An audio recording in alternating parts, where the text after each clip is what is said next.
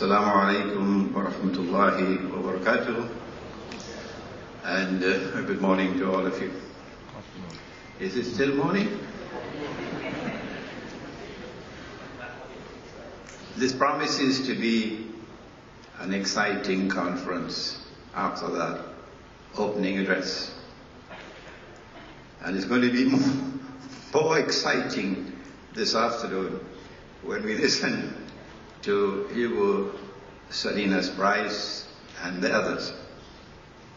I thought that we had concluded our effort to define money, but Bill Still has reopened the subject this morning in a very daring way. Our conference must ensure that we explain issues relating to money in a manner that can be readily understood, not only by those who are present here in this gathering in Kuala Lumpur, in Malaysia, but also by the hapless multitudes around the world, many of whom are listening to us and viewing us on the internet, who know little or nothing of the subject, but who look to us for guidance. And hence there is an imperative for simplicity and for clarity, while avoiding the use of technical jargon.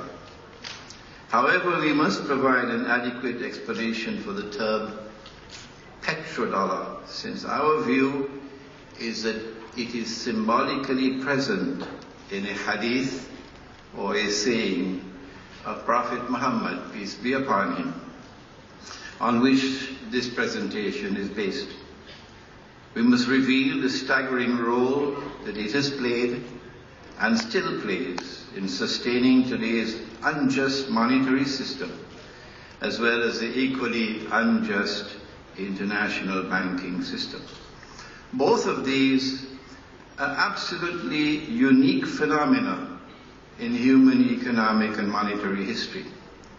No one in history has ever experienced this unique injustice and oppression that mankind now experiences in the worlds of money and banking, in the strange worlds of money and banking.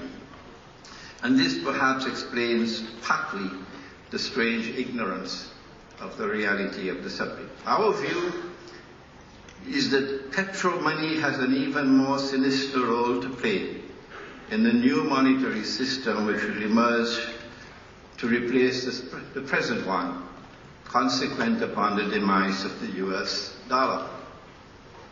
The monstrously unjust role played by the monetary and banking system in the affairs of the world today, and now this is my most important statement. This cannot be adequately explained if we restrict ourselves to purely economic and monetary analysis. Rather, there are important non-economic and monetary questions which must also be answered if we are to fully understand the subject.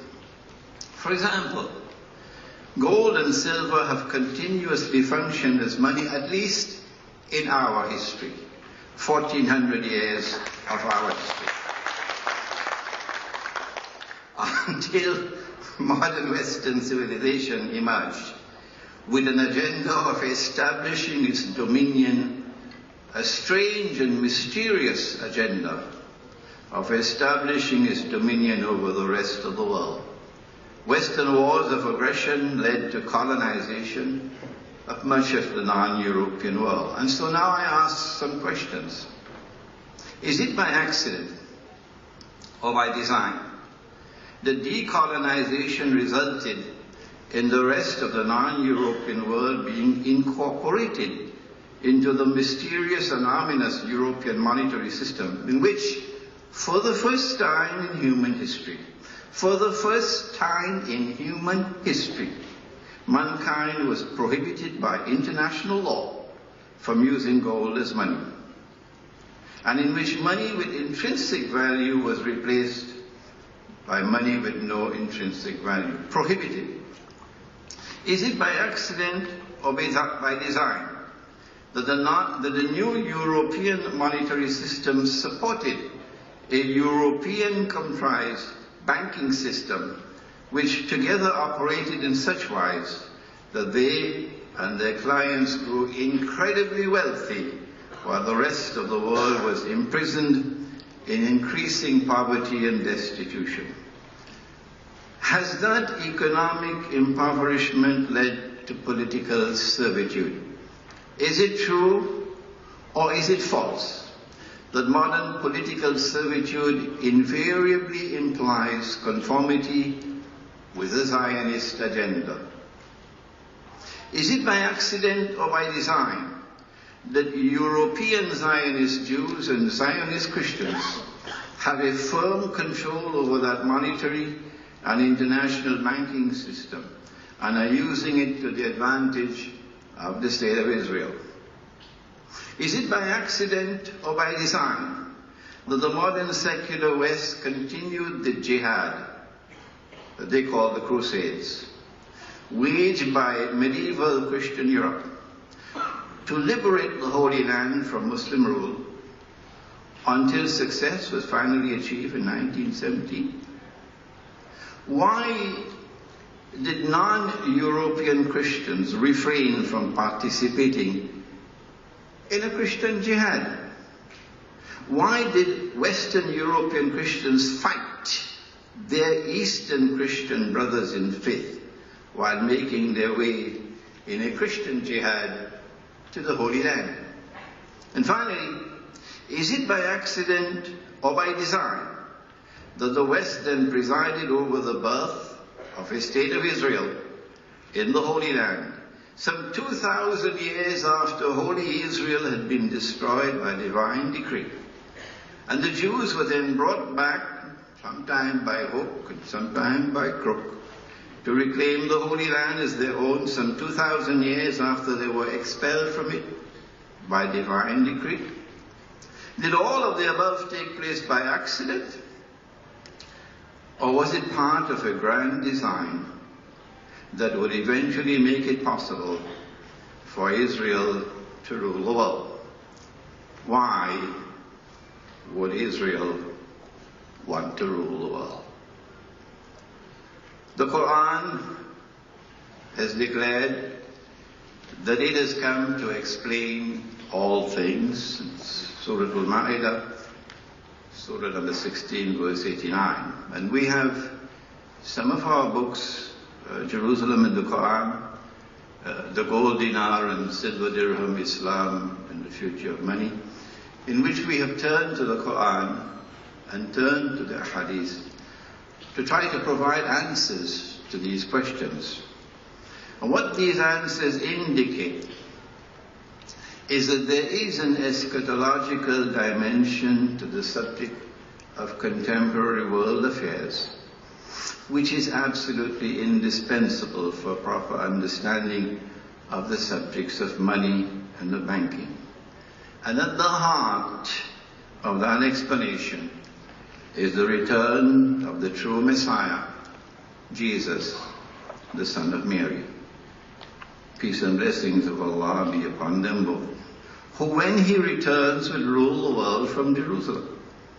And at the heart of that explanation is the advent of a false Messiah who will attempt, prior to the return of the true Messiah, to impersonate the true Messiah. If he is to successfully impersonate him, he would have to do the following. Number one, liberate the Holy Land for the Jews. He's already done that. Number two, bring the Jews back to the Holy Land to reclaim it as their own. He's already done that. Number three, restore a state of Israel in the Holy Land and deceive the Jews into embracing it as Holy Israel. He's already done that. Number four, cause that imposter Israel to become the ruling state in the world. I recognize Dajjal, the false Messiah, as the actor responsible for all of the above. As a consequence of our Islamic eschatology, we were able to understand events unfolding in the world for quite some time now as preparatory to the establishment of a Zionist-controlled world government, world economy, and universal currency or global currency. Our eschatology also allowed us to recognize petro-money as located at the very heart of Dajjal's quest to rule the world. We turn now to the European monetary system, which we referred to recently. In the wake of the First and Second World Wars, a new European monetary system was established at the Bretton Woods Conference in 1944. Agreement was reached among the Western rulers of the world on a monetary system in which only one currency, the US dollar, would be redeemable in gold. You could take the dollar and get the gold at $35 an ounce. Dr. Mahathir made reference to it. All other currencies in the world would have their value determined in relation to the US dollar. Our Islamic analysis of this strange new monetary system can be found in my book, The Gold Dinar and Silver, Dirham, Islam and the Future of Money. But this was, in Islam, bid'ah, an innovation as high as the mountain. It seems, however, to have escaped Islamic scholarship. Secondly, only governments, through their central banks, could redeem dollars for gold. Ordinary people could not do that. An institution known as the International Monetary Fund would be established, and each member state would be required to deposit 25% of your gold reserves with the IMF. These provisions were in reality quite flimsy, and they gave the false impression that the new monetary system was somehow anchored in gold. In fact, the gold that was deposited with the IMF functioned merely as a means through which state could seek loans on interest from the IMF. But more importantly, to the extent that the member state faithfully complied with the requirement of depositing that gold, the IMF would know the extent of gold reserves of each country in the world. This was further assured through the requirement that member states must report to the fund all sales and purchases of gold. What was not disclosed was that the US dollar would remain redeemable in gold only for as long as it was convenient for the US government to honor that obligation. What was not disclosed was that the US dollar would remain redeemable in gold only for as long as it was convenient for the US government to honor that obligation. Just as ominous was the other possibility that the US government could renege on its legal, that if the US government could renege on its legal obligation to redeem dollars for gold, it could also refuse to repatriate the 25% of gold that it had stored. Let us pause for a moment to remind those who are unaware that the US government has already abandoned its legal obligation to redeem dollars for gold, and now refuses to even audit the gold belonging to the rest of the world that is stored in the United States of America. Strangely and mysteriously, the use of gold as money was prohibited in the Articles of Agreement of the IMF. Nowhere was an explanation offered for this strange prohibition, and conveniently so. No one asked for an explanation, not even the scholars of Islam. What are the likely reasons why the Articles of Agreement of the IMF prohibited the use of gold as money? I'm venturing to offer an answer. Number one, to prevent the possibility that gold used as money could challenge and could cause a collapse of the bogus paper money monetary system. Number two, to ensure that gold belonging to the rest of the world but stored in the United States would remain undisturbed in US territory until the time arrives when the monetary system of paper money collapses. The world then returns to gold as money, as it's coming. At that time, the legal prohibition for the use of gold as money would be removed. And the gold stored with the Zionist owned and controlled Federal Reserve Bank in New York would then be secretly and illegally transferred to Israel. That transfer, in fact, may already have taken place. And so the Israel rule over the world of money would remain unchallenged and unchallengeable. The gold stored in the United States will remain largely undisturbed, since there will be no reason for a member state to seek repatriation of its gold. What would you do with the gold? You can't use it as money. And number three, once the member states of the IMF had deposited 25% of their gold reserves with the IMF, and member states had begun to take IMF loans that were secured by that gold, it would then be possible to encourage them to store more and more of their gold reserves with the IMF. And if they held on to their gold, they could not use them in any way. And so the provision of the Articles of Agreement prohibiting the use of gold as money opened the way for the United States to eventually be entrusted with the storage of most of the gold reserves in the world. Excuse me.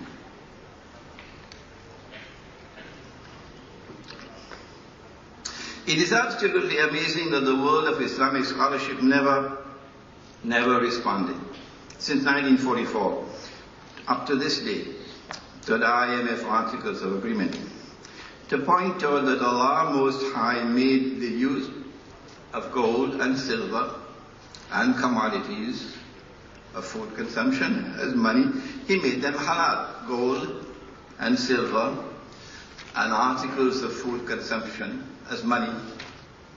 He made it halal. And if you make haram what Allah made halal, if you make haram what Allah made halal, then according to the Quran, that is blasphemy. That's shirk. The one sin that Allah would not forgive. Allah had made the use of gold and silver and commodities of food consumption as money halal. I don't have the time to define money more than this in my presentation. And if you make haram what Allah made halal, that is shirk, according to the Quran, Surah At-Tawbah. And shirk is blasphemy. And the Quran says this is the one sin that Allah will not forgive. If we then use that money, which is substituted, what Allah had made halal, they made haram, and what they have substituted for the gold, or for the real money, we then use it, we also now join in the shirk. It is absolutely amazing that the world of Islamic scholarship failed to recognize that since money in the Quran and Sunnah was always money which had intrinsic value.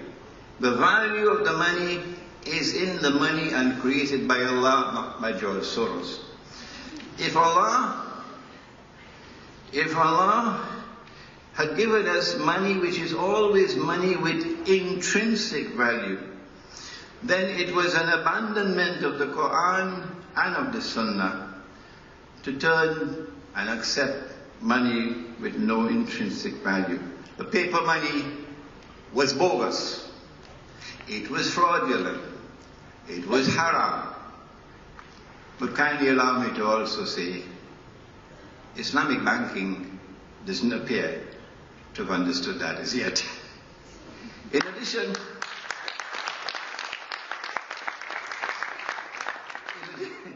addition, one of the most important functions of the IMF was to provide loans on interest. It used to be usury, but usury became a loaded word, like homosexual had to be changed to gay. So usury had to be changed to interest.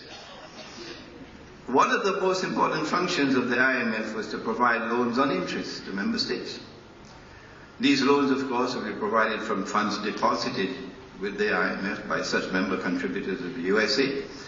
and gold deposited with the US, with the IMF, could be used to secure such loans.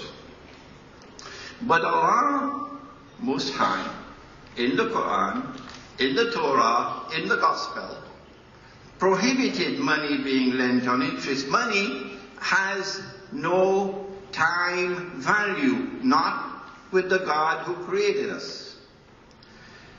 He had prohibited money being lent on interest. And the IMF became the money lender with whom Allah and His Messenger were waging war, and with whom the Prophet ﷺ had issued a curse. He cursed all four: the one who took riba, the one who gave riba, the one who recorded the transaction, and the two witnesses.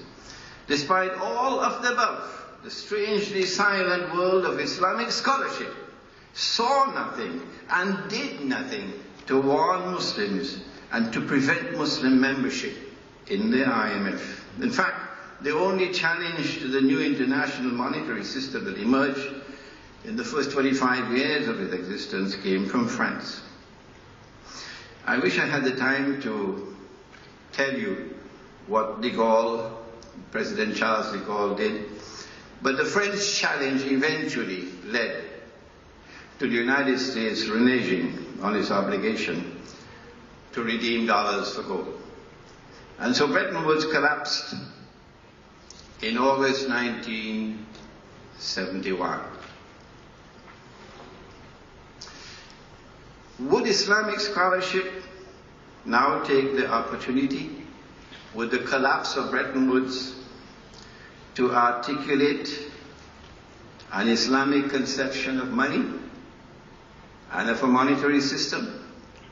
My research has led me to only one book, written by Umar Chapra, entitled Towards a Just Monetary System. Other than that, the world of Islamic scholarship remained mysteriously silent. Nor were the French able to grasp the opportunity presented by the collapse of Bretton Woods in August 1971 to lead an effort for the establishment of a new and a better monetary system. Instead, within just 2 years of the collapse of Bretton Woods, the Americans pulled the rabbit. Within 2 years of the collapse of Bretton Woods, the Americans pulled the rabbit out of the bag and stunned the world in the wake of the October 1973 Arab-Israeli war and the simultaneous Arab oil embargo on the United States, with the surreptitious establishment of a stunningly cunning petrodollar monetary system. What was that system? Before we turn to it, let us quote the hadith of Prophet Muhammad ﷺ, on which this paper is based. The Prophet said, Allah's blessings be upon him, that among the signs of the last day is that the river Euphrates would uncover a mountain of gold. He said that people would fight for that gold, and 99 out of every 100 would be killed.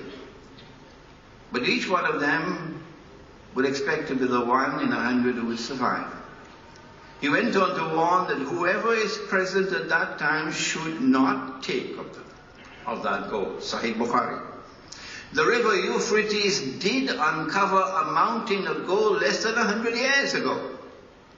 It was black gold, namely oil. And there have been constant wars, one after the other since that time, for control over that black gold. We'll explain in a moment how the petrodollar came into being when an ocean of oil commenced functioning as a mountain of gold in a new petrodollar monetary system. However, the world still has to experience such wars over which 99 out of every 100 would be killed, meaning wars with such weapons of mass destruction, which would cause such colossal deaths. It is unclear whether those wars over the mountain of gold would culminate in the Malhama, or the Great War prophesied by the Prophet. Such a great war would substantially reduce the human population of the world, and then tiny Israel would have far less difficulty in ruling the world. Our view is that we were prohibited from taking any of that mountain of gold, because that monetary system in which oil will now be used as gold would function as an instrument for the enslavement of mankind.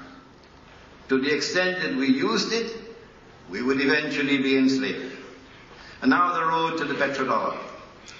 There's evidence which strongly suggests that the Arab-Israeli War of 1973 was stage managed. It led to the Arab-Israeli War and the oil boycott of the United States.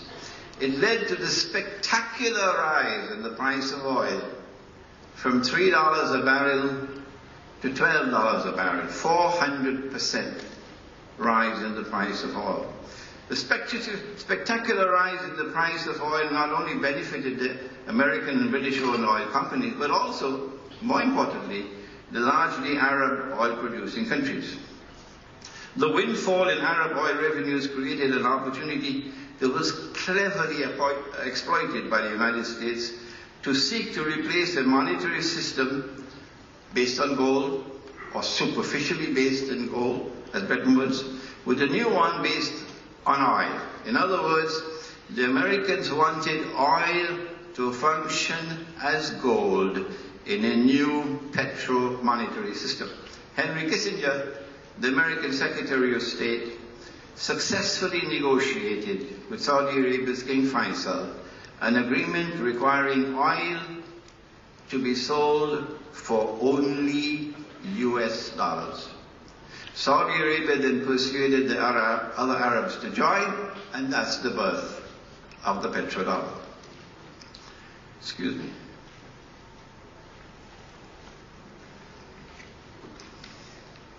The Saudi king is unlikely to have realized that he had signed into the creation of an evil monetary system that was prophesied by his own prophet. As a result of that agreement, oil now functioned as gold on behalf of the US dollar. The agreement was manifestly haram. Prophet Muhammad ﷺ insisted on the preservation of a free and fair market. Any agreement requiring oil to be sold for only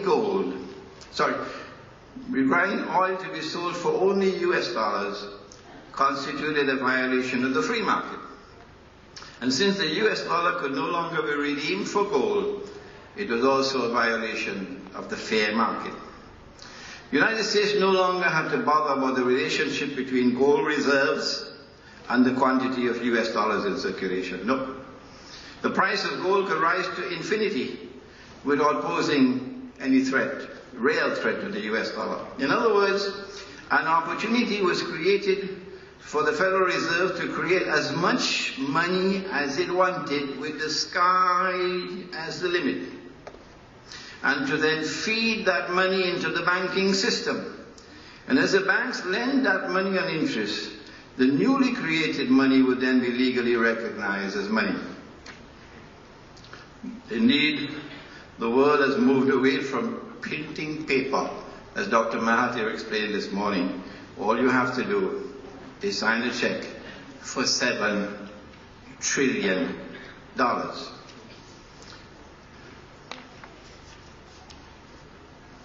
Kissinger also got agreement that windfall profits that will now come to the Arab oil producing states from the ever rising price of oil consequent upon the ever falling value of the dollar would be invested in Western banks in what common people recognize as fixed deposits.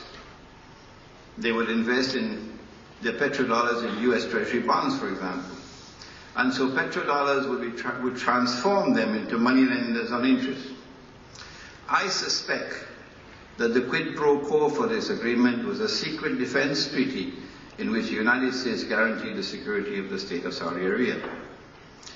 We are now located at that moment in the historic process, when from our eschatological perspective, Dajjal is about to transit to the third and final stage of his mission. And you read Jerusalem in the Quran, you'll understand what I'm talking about here.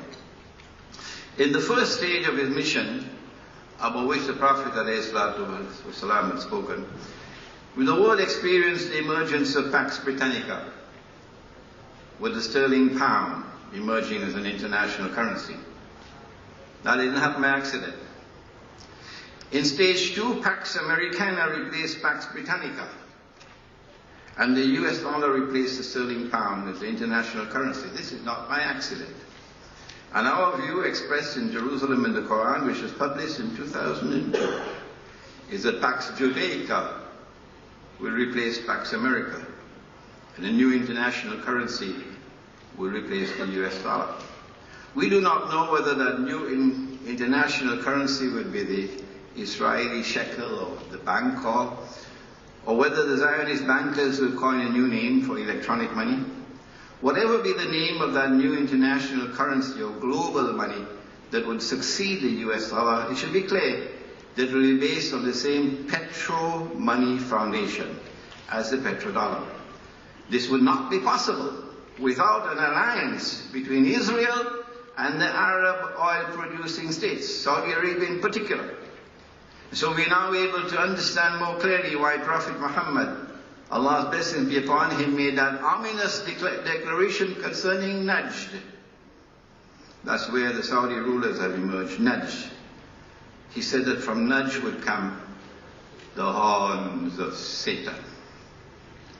The greatest of all dangers posed by the petro-money monetary system is it allows the Zionist-controlled banking system to create as much money as they wish. There is no legal limit to the creation of money. The sky is the limit. And then they will lend it to Egypt. And then Egypt will have to toe the line to get the IMF loan. There is no legal limit to the creation of money. The wealth can then be used to enslave those who oppose Israel, while enriching those who support Israel. In fact, many people in the world today already live at the door of that slavery. Now then, to end, how do we respond to the petrodollar? Since Prophet Muhammad, Allah's blessings be upon him, gave the order, he said those present at that time should not touch that gold.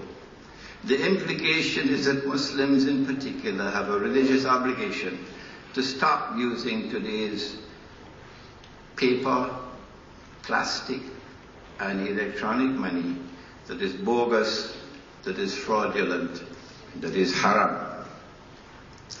We have counseled a strategy of defiance of the legal prohibition of the use of gold as money. However, in view of the possibility of state violence in response to gold being used as money, since the IMF prohibits the use of gold as money, including gold coins being seized by the state, and since there is no legal prohibition of the use of silver as money, Hugo Salinas Price must be smiling now. Since there is no legal prohibition of the use of silver as money, Muslims should now lead the rest of the world, or join with the rest of the world, rather, in creating markets in which silver dirhams will be used as a medium of exchange. Whether it's the actual coin or the electronic coin can be debated later. The point is returning to real money. It is unrealistic to assume that there is any possibility of getting petro money out of circulation in the world of Islam. Hardly any government dares to defy the Zionists. And the ulama or religious scholars of Islam have so far refused to declare paper, plastic and electronic money now in use to be haram. Consequently, silver dirhams will circulate alongside petro money. What problems are we likely to encounter when silver coins circulate alongside petro money? I hope this conference will take up the problem. How should they be resolved? I hope this conference will take up that problem. No one, perhaps, has done more research on this subject, and I urge you to come out this afternoon. No one, perhaps, has done more research on this subject than our next speaker, Hugo Salinas Price of Mexico. Thank you.